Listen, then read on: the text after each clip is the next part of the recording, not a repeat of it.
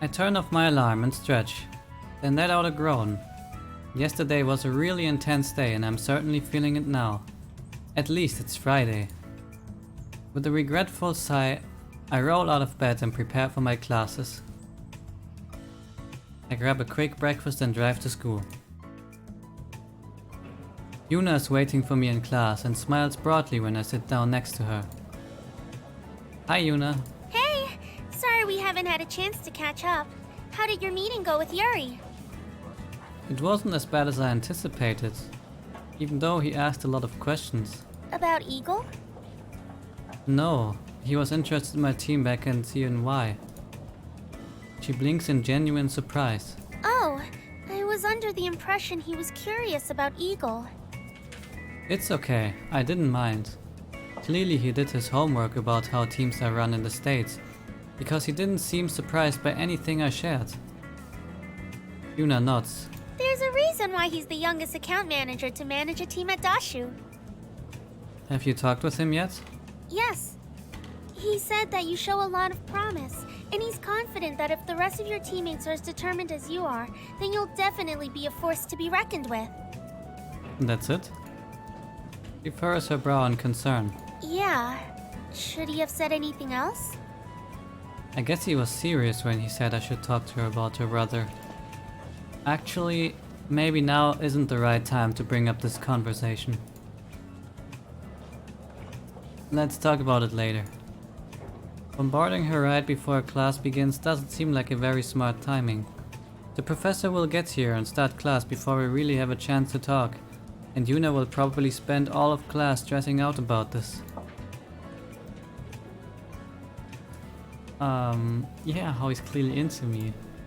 I mean, he was asking me a lot of questions. Is that bad? No, but clearly he was trying to get to know me pretty well. I don't understand. Wasn't that the point of meeting you? I sigh. Yes it was. Professor enters the room and gets settled. Good morning, everyone. Please open your textbooks to page 81. Your assignments are on the web link. Have a great day. Yuna and I pack our things and walk out of class together. Do you have another class to go to? No, but I have to meet my physiotherapy professor. I'm a TA for his class. I didn't know you were a TA. Yep, I don't usually help out in his Friday classes, but he's holding exams today, so I need to be there. Do you have any other classes? No, but I'm kind of hungry. I'll grab lunch in the pilot's lounge. Her face lights up. Oh, you're lucky. They're supposed to have really good food. I've heard that too, but I haven't had the chance to try it yet. I wish I could try it too, but it's hard for me to get into the pilot's lounge. You will have to try for the both of us. Will do. Yuna checks the time. Oops, I'm going to be late. I'll see you later. Bye. I wave as she dashes off. Alone, I make my way to the pilot's lounge. I check out the menu on display in the lounge. There's the usual Japanese fare that I can find in the dining hall too. Today's special is Napolitan spaghetti, popularly known as a ketchup spaghetti. The bartender approaches me and waits expectantly.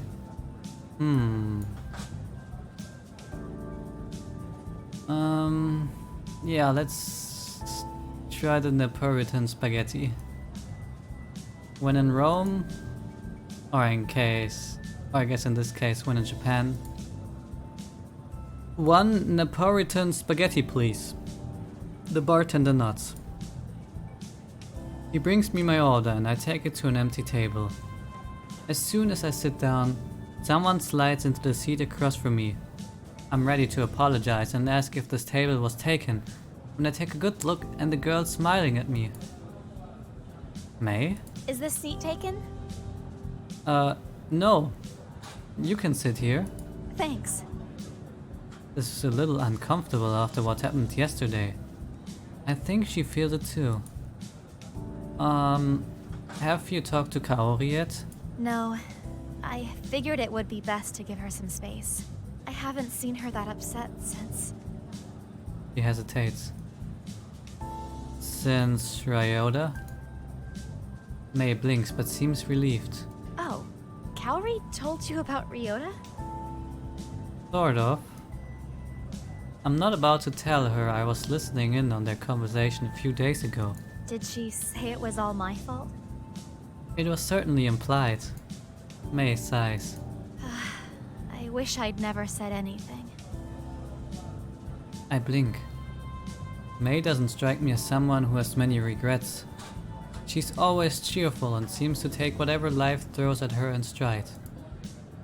I believe that you meant well. Thanks. If only Kaori could see that. I wasn't trying to ruin her friendship with Ryota, or my friendship with her. They would have been so cute together. You know, if Ryota hadn't been such a jerk. And how awesome would it have been if my two friends ended up together? Sounds like you were excited for her. I was! Even back then, Kaori was more reserved around people. She didn't like to show her feelings. So I was so excited when she told me she liked Ryota. If he was such a jerk, why were you friends with him? He wasn't always like that. Honestly, I don't know why he exploded the way he did. We used to do everything together. His family even took us on their vacations. I knew him back in elementary school when he still had huge glasses and would tell goofy jokes that were too smart to be funny. Kids used to pick on him a lot. So we entered middle school and he worked hard to change his image. He lost the glasses and became more serious. The more I think about it, the more I think he stuck with us out of obligation, rather than true feeling. We were his only friends for a long time, until he hit his growth spurt. Then all the girls were suddenly interested. May looks thoughtful. Actually, I think it was when the other girls started to notice him that Kaori liked him too. Do you still keep in touch with him? Of course not. Hits the table for emphasis. I told him all that stuff in confidence, thinking maybe it would give him a push to make a move. Well, he made a move, all right. He went out of his way to hurt Kaori. What kind of friend is that? That's not a person I want to associate with. It's just frustrating that Kaori would lump me into the same category as him. This explains so much. Thank you, May. Huh? For what? I finally understand why Kaori acts so... Kaori-like. May's eyes wide. You think I turned her into that? It makes sense. She's withdrawn, quick to make judgments, stubborn. May laughs. She's sort of always been like that, I think. She's always been stubborn, at least. If it's been so long, why do you still try so hard with her? May looks at me as if sprouted a third arm. She's my friend. I left her alone for a while so she could cool off. And I admit, I was angry at her for a long time too. But then I saw her withdraw completely. No one should be alone. I know she hasn't forgiven me yet, but she will. How can you be so sure? It might take her a little longer, but in the end, Kaori always sees reason. May is completely confident that Kaori will forgive her.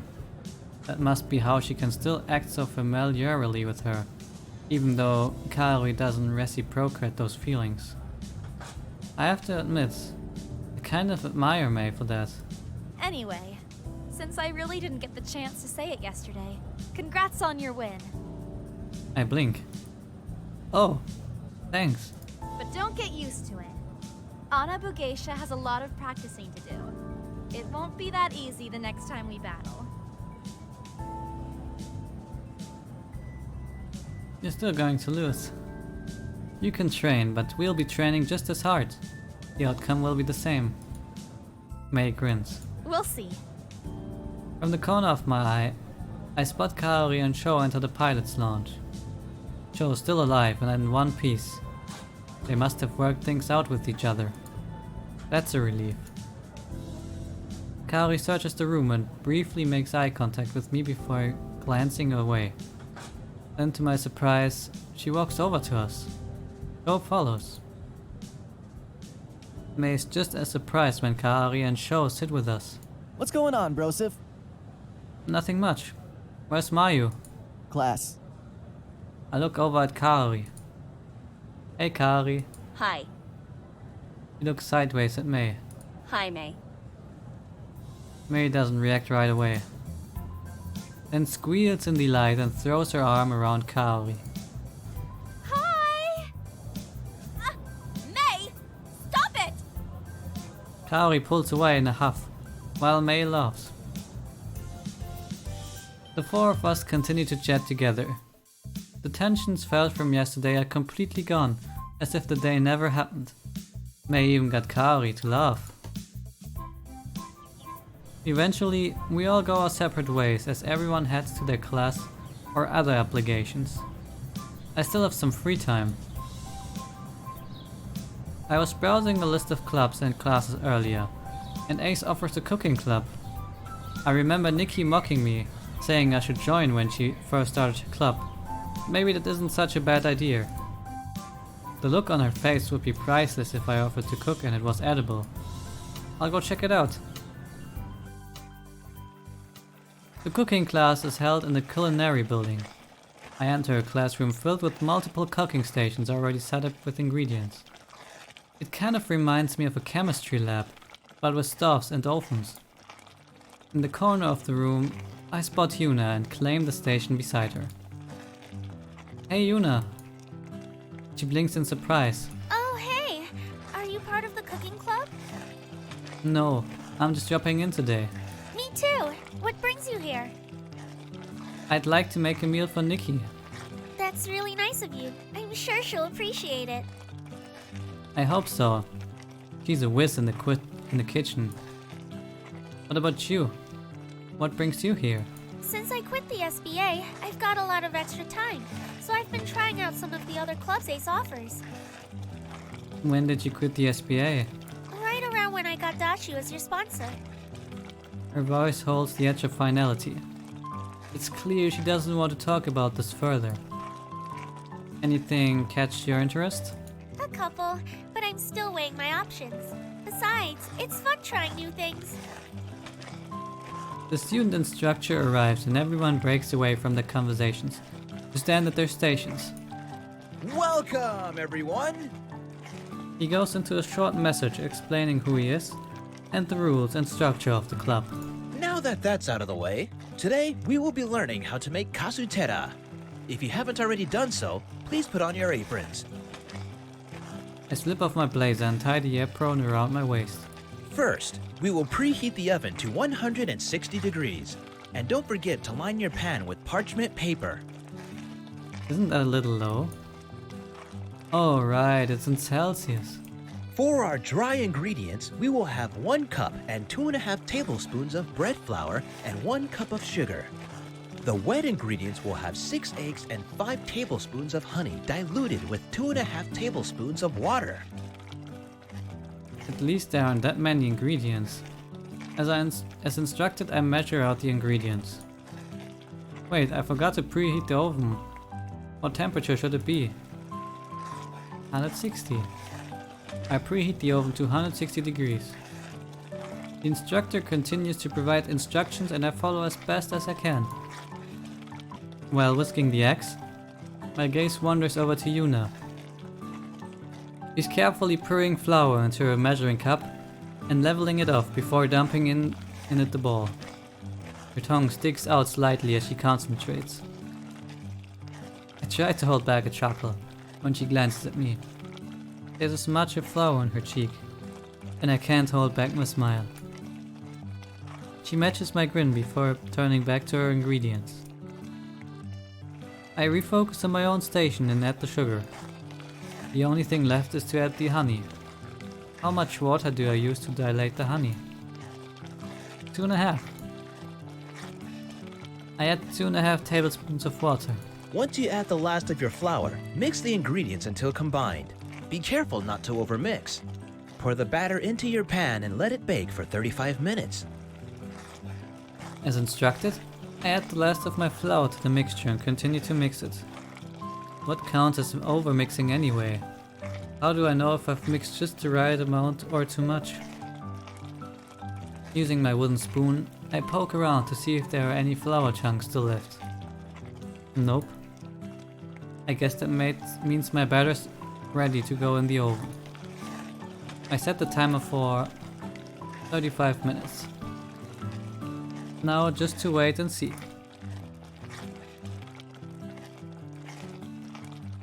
Once my timer dings, I carefully remove the cake from the oven. It baked unevenly, so some of the side is spilling over the pan. I think it might be a little darker on one side too. Does that mean it's burned? I guess only one way to find out. I pry it out of the pan and put it on my plate. Some of the edges got stuck in the parchment paper when I removed it, so there are patches of yellow exposed under the darkish brown layer. Yuna carefully sets her cake on her plate. It's a perfect loaf with a golden brown top and light yellow sides. She glances over at my cake and hides her smile with a cough. The instructor begins to taste in my row at the back of the classroom. He reaches me before Yuna. It didn't quite come out the way you expected, did it? But let's see how it tastes. He puts a forkful of cake in his mouth. His eyes light up in a smile. This is absolutely delightful! Really? Let me try. Yuna stands right beside me, staring curiously at my cake. She tries a small piece. Oh wow, this is so good. I beam. Nikki's going to be so surprised. The instructor stops at Yuna's station next. This is a beautiful cake! I can't wait to see how it tastes. Yuna's face lights up in anticipation as the instructor takes a bite. He pauses, straining to keep his face calm, then gulps heavily. How is it? Her voice trembles with hope. The instructor's voice is hoarse as he chokes out his next words. Practice makes perfect. What? Let me try. Take a bite. How is it? It's like if sugar and plaster had a baby together and let it sit out in the sun until every drop of moisture was baked out of it. How do I put this nicely? Practice makes perfect. Again? Can it really be so bad? Yuna grabs her fork and stuffs a piece in her mouth. She grimaces, then sighs deeply. Practice does make perfect. The instructor moves to another station while Yuna pouts at her rejected cake. Well, aside from the result of your baking, what did you think of this class? It was fun, but surprisingly challenging. Glances at her cake again and mutters under her breath. Where did I go wrong? You going to stick with this as your new extracurricular activity? I don't know. I want to keep checking out other clubs. Makes sense. It looks like other students are trying each other's cakes. You want to try some? Sure. Yuna and I walk around the room and try some of the other cakes, with varying results. Once we tasted all of them, we head out. My phone rings unexpectedly. It's Valerie. Hello? I've got a surprise for you. Come to the hangar. What is it? She hung up. Of course she hung up. I guess I better go see what's up.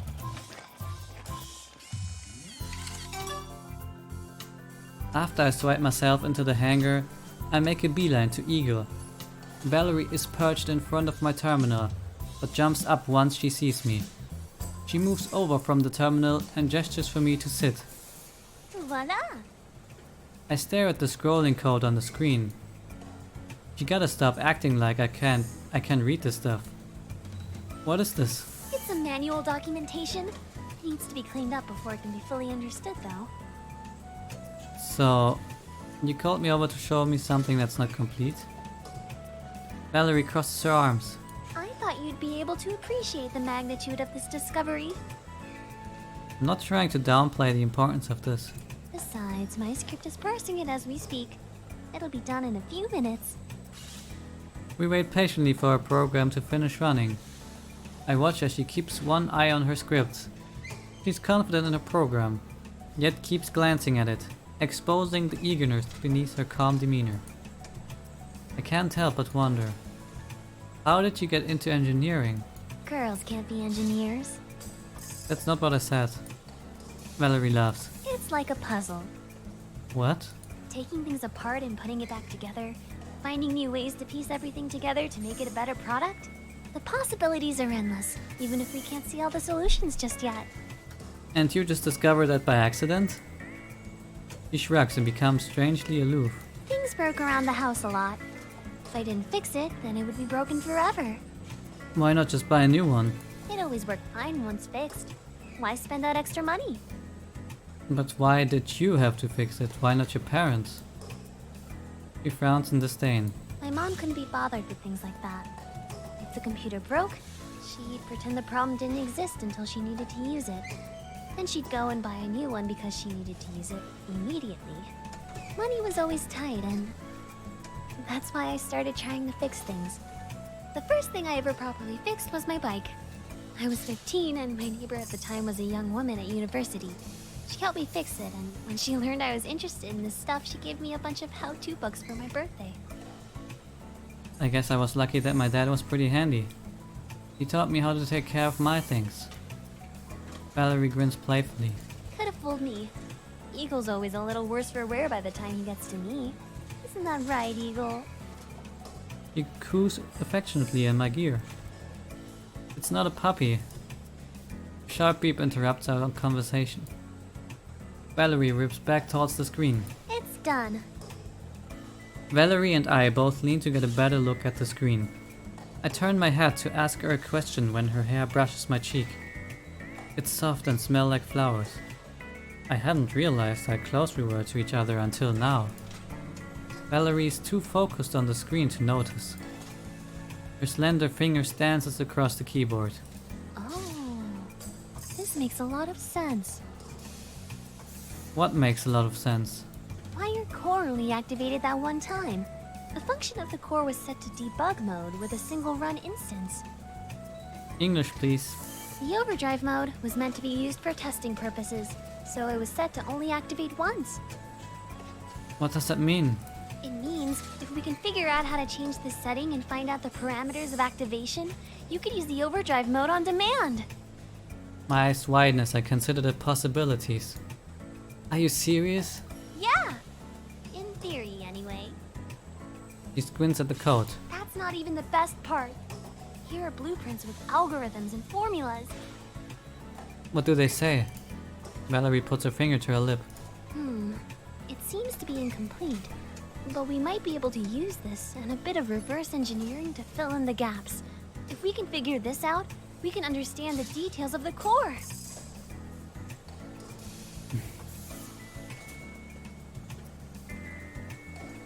You're kind of amazing.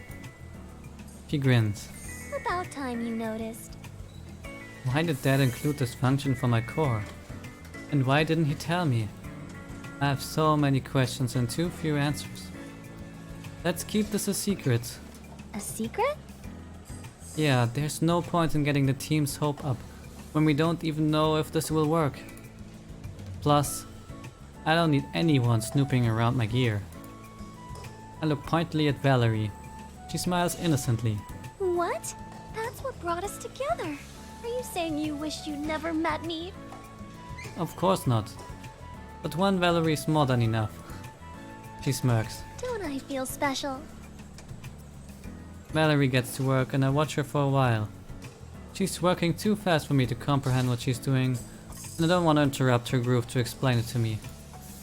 After a few minutes, she glances back at me. How about you sit in this chair and I'll watch you work? I guess she doesn't like me looking over her shoulder. I don't blame her, I hate that too. I'll just give you some space then. She turns back to the terminal. Thanks. I'll let you know once I'm done. After saying goodbye, I leave her to do her thing. The house is quiet when I get home. Uncle Kaito is still working his crazy hours and Nikki B probably still at her club. Stifling a yawn, I trudge upstairs. It's been a long day and all I want to do is relax. As I pass by Nikki's room, I notice her door is closed. Huh. I guess she's home after all. I think nothing of it until I hear a deep, extremely male laugh behind Nikki's closed door. Nikki's giggle shortly follows. What is this? There's a boy in Nikki's room? And they're behind closed doors? Not on my watch. I burst into her room. Nikki's eyes widen and her mouth drops open. The boy twists to look at me from the chair beside the bed. There's a boy in your room. What are you doing? Who is this guy? Nikki leaps from the bed and tries to push me away, but I stay rooted to the ground. Is this Ken? I turn to the guy, ignoring Nikki pulling on my arm. Are you Ken? He freezes like a deer in headlights and stammers out an affirmation. Yes? Leave him alone. We're just studying. Studying? Is that what the kids are calling it these days? Yes. What? No. Studying as in studying. She points to her bed. I take another look around the room. Nikki's bed is sprawled with books, tablets and laptops. Ken is holding an open textbook in his lap. A look of pure terror on his face. I'm not fooled. I know underneath that good kid facade there's a demon just waiting to pounce on my cute innocent Imuto. Ken is in my class and we have an exam next week. I glare again. Who recovers from my stare. So, now that you know nothing weird is happening, get out. I cross my arms. Actually, I think I'll stay and help you to study. What? Whatever you're learning now, I already studied. Don't you have your own homework you can do? We're studying fine without you. Are you sure about that? I think Ken here would be really appreciate the help. I glare at Ken, who gulps hard and nods. Actually, it would be an honor to have the help of an ace pilot. No, it wouldn't. I narrow my eyes at Ken. Very suspicious.